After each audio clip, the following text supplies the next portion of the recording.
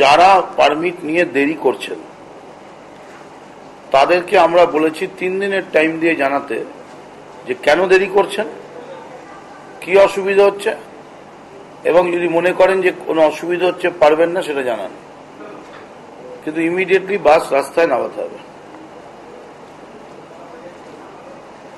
এছাড়াও যেখানে যেখানে অটো,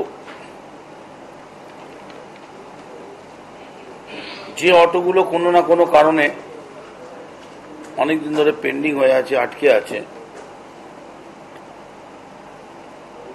অনেক জায়গায় ট্যাক্সির পারমিট রিনিউয়ালে দেরি হচ্ছে, এই সমস্তগুলো ইমিডিয়েটলি ছাড়ার জন্য বলেছি। এবং যা নতুন পারমিট বেরোবে প্রত্যেকটায় একটা ক্লজ থাকবে যে আমরা আন্ডার এনি সার্কামস্টেন্সেস অসুবিধা হলে সরকারকে জানাবো, কিন্তু কোনো স্ট্রাইক বা বন্ধে আমরা যাব না, এই শর্ত দিয়ে পারমিট নেবে।